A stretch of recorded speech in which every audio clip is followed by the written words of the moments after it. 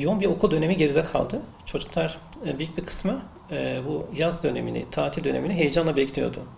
Tabii yaz dönemi çocukların bir anlamda aslında bir parça böyle artık serbest zaman etkinlikleri yapılacakları, yan gelip yatacakları, tamamıyla böyle her şeye boşlayacakları bir dönem değil aslında.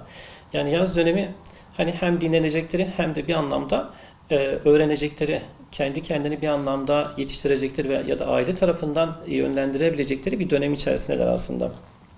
Bunun dışında bu dönemde çocukların okula açıkken birçoğu ailesiyle zaten yeterince zaman geçiremiyordu. Yani okuldan eve geldiklerinde çok kısıtlı bir zaman diliminde anne baba da çalışıyorsa eğer çok böyle az bir süre birlikte vakit geçirme şansları vardı. Bu süre içerisinde çocukların anne babalarıyla, ailesiyle vakit geçirip aslında belki de çocukların böyle karanlıkta kalmış yeteneklerin keşfedilecekleri ve buna dönük çocukların yönlendirilebilecekleri bir dönem içerisindeyiz aslında. Bunun dışında bu süre içerisinde işte birlikte piknikler yapmalar, işte aktiviteler yapmalar, gezmeler, müzelere gitmeler, belki bir anlamda işte tiyatro, sinema tarzı etkinliklerin beraber yapılabilecekleri bir dönem olarak da düşünülebilir. Bu süre içerisinde kesinlikle bir rutin olması gerekiyor. Yani çocukların işte nerede akşam orada sabah mantığıyla hareket etmemeleri gerekiyor. Yani istediği saatte kalkıp istediği saatte yatacakları, istediği kadar ekran başında zaman geçirecekleri bir zaman diliminin olmaması gerekiyor.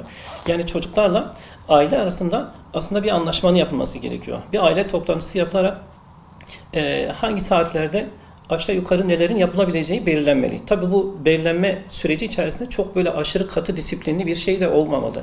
Yani esnek modelle beraber planlı programlı birlikte işleyecekleri bir sürecin gerçekleştirmeleri gerekiyor.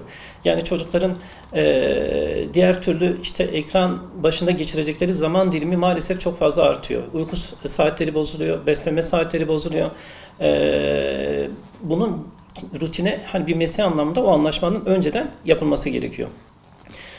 Bunların haricinde çocukların aileyle beraber daha önce işte görmedikleri, gezmedikleri yerleri görüp, keşfedip öğrenebilecekleri kadar bilgiyi ceplerine koyacakları bir süreçtir aslında aynı zamanda yaz tatili.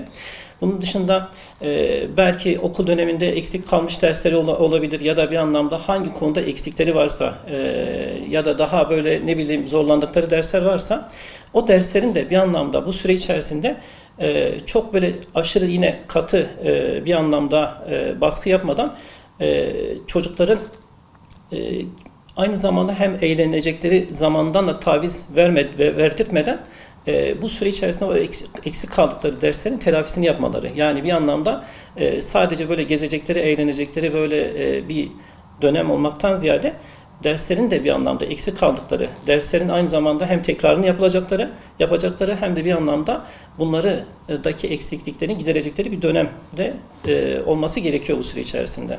Tabii şöyle bir dönem var. Anne babalar belki bana diyecek ki Sadık Hocam yani biz çocukları ekran başında nasıl kaldırtacağız? Yani çocuklar zaten böyle bir anlamda en zorlandığımız kısım orası. Şöyle bir şey var.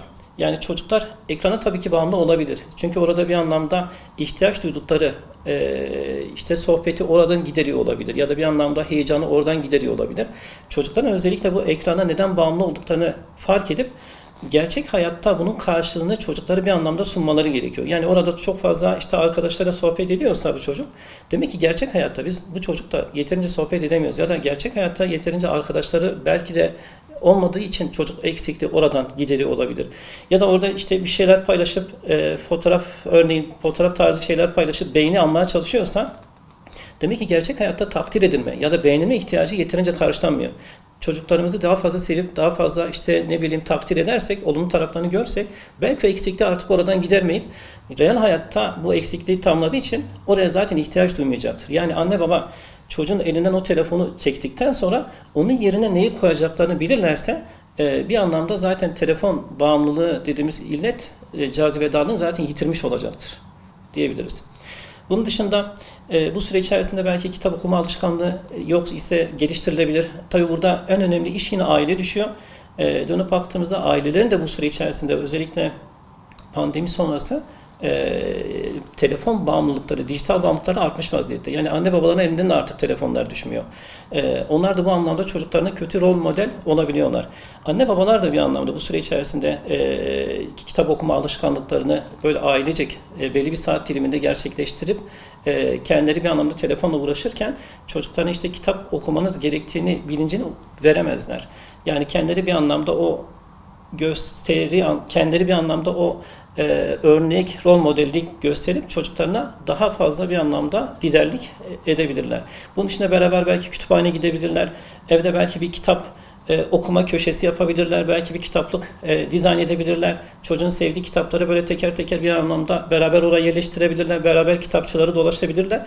Bunlar da bu süre içerisinde kitap okuma alışkanlığı olmayan çocuğun kitap okuma alışkanlığını kazanması için fırsat zemini oluşturabilir diyebilirim. Bunun haricinde şöyle bir şey, çocukların şimdi okul hayatı devam ederken bazen hayata dair öğrenmesi gereken bazı böyle önemli becerileri geride kalmış olabilir. Yani çocuk okulu bitirdikten sonra hayata dair çok fazla bilgi birikimi birikimsiz kalabiliyor. İşte çocuğun belki de bir anlamda dışarıda böyle güvenebilecekleri, tanıdıkları bir esnaf varsa eğer yani yanlarında bir anlamda yani ekonomik istismar anlamında değil. Çocuğun orada bir anlamda hayatı öğrenmeleri anlamında bir fırsat oluşturacak bir etkinlik ya da bir iş aktivitesi de çocuğa verebilirler. Ya da evdeyse eğer çocuğun aileyle beraber yemek yapması, işte ne bileyim odayı düzenlemesi, yatağını toplaması kısımların da çocuğa bir anlamda bu süre içerisinde öğretmeleri gerekiyor. Yani bu tabii sadece tatil dönemi değil, diğer zamanlarda da belki yapılması gereken bir eylem. Ama tatil dönemi çocuk için bu tür becerilerin daha rahat öğrenebileceği bir alan olarak kendini gösteriyor. Okula dönüş zamanı yaklaştıkça ailelerin artık böyle özellikle son bir hafta çocuklara ders bazında herhangi bir böyle baskı yapmamaları gerekiyor. Daha öncesi yapmışlarsa eğer, yani çocuğun belli bir zaman rutini varsa, o saatler içerisinde yine ders çalışıyorsa, kitap okuyorsa, özellikle son bir hafta ya da son 2 hafta artık çocuğu tamamen o anlamda serbest bırakmaları gerekiyor. Ama okula bu serbestiyet içerisinde beslenme, uyku saatleri kesinlikle bir anlamda bozulmamalı. Çünkü yani beslenme saati, uyku saati bozulmuş bir çocuk okula başladıktan sonra okuldaki kurallara bir anlamda daha zor uyacaktır.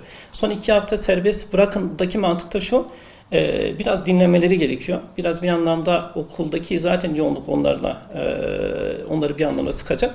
O açıdan birazcık dinlendikten sonra okuldaki rutin yeniden bir anlamda onlar için daha rahat hale gelebilir. Şimdi bunun haricinde özellikle okul devam ederken çocukların büyük bir kısmı manevi anlamda eksik kalıyor. Anne babalar da bu noktada kendi çocuklarına bir şeyler öğretirken eksik kalabiliyorlar. Hani klasik bir şekilde kendi çocuklarımıza bir şeyler öğretmekte zorlanırken başkası çocuklarımıza daha rahat öğretebiliyor. Başkasını dinlemeleri daha rahat olabiliyor. Özellikle bu dönem içerisinde camilere gitmeleri, orada bir anlamda inançları gereği Kur'an dersleri ya da işte ne bileyim dini bilgiler almaları çocukların inanç anlamında da daha böyle güçlü hale getirecektir.